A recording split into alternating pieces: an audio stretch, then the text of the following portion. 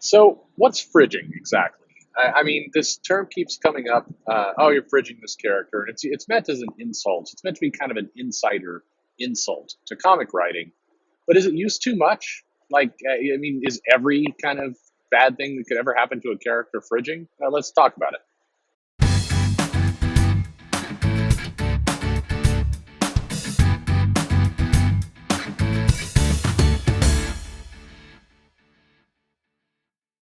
Hey there, this is Perch. I remember where I. Do you remember where you were the day uh, this kind of stuff happened? I remember when fridging came up. This is something that Gail Simone wrote about in her blog before Gail Simone was a common name with comics.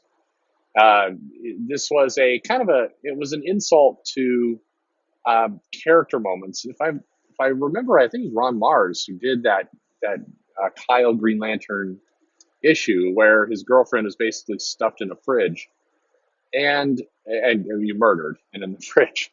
It was one of those kinds of moments. I remember that comic because it was absurd. It was yeah, the way the whole page played out. It was kind of like goofy horror, but it was goofy. I mean, at that time when comics were doing horror or more kind of shocking elements, they just the writing in that kind of early '90s kind of time frame was goofy. It was more playful, and so every time they wandered into doing something edgy, it usually failed. It usually felt like it felt like the Fresh Prince of Bel Air has a edgy episode where things get rough for Carlton, and Will has to go save him with a bat with barbed wire on it. I mean, just it's like those things don't go together, and that's how a lot of these things felt, and that's how the fridge moment felt for me. I should do a review of that issue. That would be good timing. But it just kind of came out of nowhere, and it's like, hey,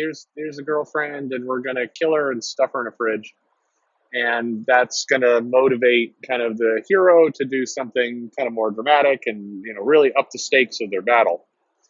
And so this blog was written, which was really kind of it was written in kind of two parts. So the first part was, hey, some of these things are kind of cheap heat generating. So kind of like in wrestling, if a character comes out and it's a bad guy and he's not really, the fans don't really care. The wrestling company wants the bad guy to get booed and have a lot of real kind of anger and emotion. And a lot of the times, the bad guy comes out, the crowd's kind of apathetic. They just sit on their hands. They don't really, or they may say go away, or they kind of make chants that's kind of called go away heat, not real heat. So one of the tricks that was played a lot in the '80s and '90s, and I mean, who am I kidding? Still played today, is the bad guy will come out and then he'd be like, I'm in Cleveland. The show's playing in Cleveland, so the bad guy will come out and go, what's bad about Cleveland is it smells. I can't wait to get out of Cleveland. And the crowd's like, boo! You're insulting our town, boo! And that's called cheap heat. It's basically the lowest common denominator of writing a story where the character we need to make the bad guy hated. So here's how we're going to do it. We're just going to have him come out and kind of insult the fans. You fans are dumb. Yeah, kind of thing. So I always felt the Green Lantern fridge scene was kind of an equivalent of cheap heat. It was like, the title was kind of meandering a little bit. Kyle as a Green Lantern had fans, but it wasn't catching like some of the other books. So it's like, well, how do we amp up the edginess of his book and give him something to do and something to avenge? Well, we'll throw his girlfriend in the fridge, and thus the term fridging kind of came out. That was the first part. And the second part of it was that it was tied to women because rather than just say, hey, this is kind of a cheap storytelling technique to get, which it was. I mean, in a lot of ways, it was a cheap storytelling technique to kind of get some attention on the bad guy and do other things. Um, it became, well, this is the treatment of women in comics. It just used as props for men. The women exist to give the men something to do. And I don't remember if in her article or entry she went into this or not, but it's like the Mary Jane character. It's like, well, she's just there to kind of dangle in front of villains, and then Peter has to do something, and then it's just kind of cheap. Was basically the answer. And I don't think I mean you always got to put sexism into it. You know, and then that evolved over time to like, hey, here's a black character, or here's a gay character, or they're just there as tokens to get the main character over, and this is kind of, you know, this is racist or this is sexist. I always look at these arguments and I say, you know, if something is just bad writing, do we need to throw a bunch of other labels on it? I mean, maybe it's just kind of cheap bad writing. It's like if you know, if again, going back to wrestling, if Vince McMahon has the kind of white hillbilly heel bad guy come out and insult the town as being smelly, you know, is that somehow more evolved than if he has the black gangster stereotype character come out and say the town is smelly? I mean, it just to me it's like bad writing, cheap writing is just bad and cheap. It doesn't need a bunch of other labels attached to it. Now, if I'm not even going to use an example, but I mean, there's certainly ways you can be racist and sexist and homophobic and all the rest of those things in comics. There's absolutely, you know, things you can do. I think wait, keep going back to wrestling, but a good example is when you know, if the there's a show on Netflix called Glow, which is a dramatic kind of retelling of Glow wrestling. Really doesn't. I mean, if you're looking at that show thinking you're watching a biopic on Glow wrestling, you are not. You're watching a kind of comedy drama. But one of the things they do is like the writers are like, hey, let's, you know, we have this black character here, this black woman here. Let's call her welfare queen, and she's gonna be just, you know, all the stereotypes of like a black person on welfare, and just you know, that was racist. I mean, certainly it was. I've had this argument with people like, no, that's not racist. That's just how. No, that's racist. It's like when Vince McMahon has, you know, two wrestlers come out, it's like it's crime time, and we're gonna have them steal and kind of joke around and eat chicken. It's like, no, you're that's a racist caricature for sure. But fridging, I always felt like fridging kind of had this plus sexism attached to it, where it didn't need it. It's like, you know, if you're gonna have a character, you're gonna write a story, you're going to have different characters that are fleshed out in different ways. So, you know, picking the property that, you know, so many people like to mimic and idolize, like Harry Potter. So, you know, Harry Potter is going to get the most attention. He's the guy with his name on the front of the book. He is the main character. And then your second wave of characters are your Ron and Hermione. And some people complain, it's like, why doesn't Hermione get as much time as Harry does? It's like, well, because it's not called Hermione in the Chamber of Bad Things. It's secrets. I should remember these, but it's, you know, it's a secondary character. But going even further than that, you got your Neville and your Luna, and you have these, you know, sub supporting characters, and they have even less time attached to them, and that's normal. That's kind of how books are written. There are main characters, there's supporting characters, there's background characters, there's, you know, a whole cast of characters that go into your book. And if you're going to set the standard of and I think this is a problem you have in comics. If you're going to set a standard of all the characters have to have equal attention, or if you're going to use a female or minority character, you can't use them as a supporting background character. You need to have a fully fleshed out character arc for everyone. Then what's going to happen is you're going to just say, well, okay, then let's just have the female minority character be the main character of the book, because you can't have, you know, 20 main characters all kind of juggling for time, or they're just going to eliminate the whole role entirely, and you're going to have, you know, these characters just not in the book at all, which I think is worse.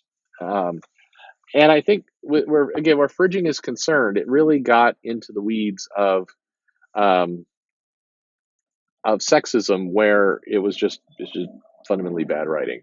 So here we are today, and it's 2019, and this the fridging term keeps coming up. Like whenever somebody's upset about something that's happened in a comic, like some storyline that doesn't appeal to them, or, you know, doesn't work, then that they quickly it's like, more fridging is taking place. I that term gets tossed around so casually and common in comics, and it's ridiculous. It's like it's a little bit how people use gaslighting on Twitter. Like if there's ever an argument, and you could always tell which side is losing by the person who's like, stop gaslighting. Once you start resorting to that term, which it's clear you really don't know what it means, it's what you're telling people is that you no longer have an argument. You no longer have a counter argument to the person you're talking to. And now you're just going to throw out terms. You're like, I can't think of a good comeback. So I'm just going to say, oh, you're gaslighting. Or then, the things, oh, you're just a white nationalist Nazi. Whenever you kind of go to name calling or using terms like gaslighting or fridging or anything else, it to me it always means you've lost. You've lost the argument. You're just at this point just spouting words that you think will try and help you hold a victory, but you're no longer arguing anything. That's what I think it is. Does going back to that first part, does fridging, by the definition of just using characters or things as a prop, a cheap prop to generate emotion or heat happen in the books? I mean, yeah, all the time. With almost all writers, it happens. It's not uncommon. You could argue. You could argue this in many different ways. You could argue in the recent Batman Last Night that Alfred was just there to give some emotional weight to Bruce's journey, but wasn't really doing more than that. Not all characters that are used to push the hero or the main character forward. It's not bad to have that happen. It's common storytelling. It's like, and this is a problem with old terms. It's like if fans suddenly attach to a supporting character, suddenly become enamored with a supporting character, then now you're in a trap where you can't do anything bad to that supporting character. You have to have them fully formed, and it just becomes a mess. Um, you could argue, and I don't see people making this point, but if you're reading Unstoppable Wasp, and hurry up because there's not many more left. If you've been reading this book, it prides itself on having this supporting cast of characters, and each one has a little identity and other things. But their situations that they get themselves into are still fully. They're doing that to drive the Wasp character forward, not have a comic full of fully formed people. In fact, the supporting cast is kind of one dimensional in a lot of ways. They come in, they have their thing, they have their gimmick, and they go. There's two that there's a lesbian couple that have formed, but there's not much more to them beyond that relationship, and then little situations they get themselves into that drives the Wops to come in and save the day. I'm not, that's normal in comics. You've got, and in anything, in literature and TV, you're going to have characters whose purpose is to give more depth, dimension, or weight to what the hero or main character is going through. That's, you don't see people talking about, oh, they fridged Cedric Diggory in Harry Potter, or they fridged Sirius, or they fridged Dumbledore, or what. You don't see people saying that, but these characters dying through the book. I mean, the whole point of Cedric as a character living and dead in Harry Potter was to push that main character forward, give him something to, up the stakes with his battle and kind of mature him into the state he was in the next book. That was the whole point of that character. Sirius Black was a supporting character, and then they killed him off to give Harry, again, more weight. It all comes back to, how are we pushing the main character forward? And that's because the story is told through the lens of that main character. So I to summarize what has been very long, probably too long video, fridging as a topic, I mean, again, it's used pretty casually. It's used to just kind of randomly, insult somebody without coming in saying the obvious, like, you are a bad writer. I think that you can say this story was written badly, or you can say, hey, I really liked this particular character. This supporting character was my favorite, and I'm angry with you for killing that character off. Man, woman, whatever. I'm disappointed that you killed off the character I like the best. You can just say that. You don't have to label it as fridging or some kind of ist or ick, or you can just say, hey, I liked Kyle's girlfriend in Green Lantern for whatever reason. I mean, there's almost nothing to that character, but yeah, I really liked that character, and you killed her. Or I liked Poison Ivy, and then you killed her, Tom King. Oh, then you brought her back all green and weird looking. You could just say that. It's fine. You don't have to. It doesn't. It just say what's on your mind. That's what I say. All right. What do you think? It's a long video. Leave me a comment. Is fridging a thing, or is it overused? Like I'm saying, do you care? What characters do you think have been fridged, and or do you wish that kind of the whole term would just go away and we get to new words? Is that you? That's me. Like, subscribe, notify, click the bell for notification, tell friends. I don't know, all those things. Please, I love having your feedback and your comments, and I read every single one. And I'm always very grateful to all of you who click and listen, and not making a dime off all this. So I'm just glad you're here. Thank you very much.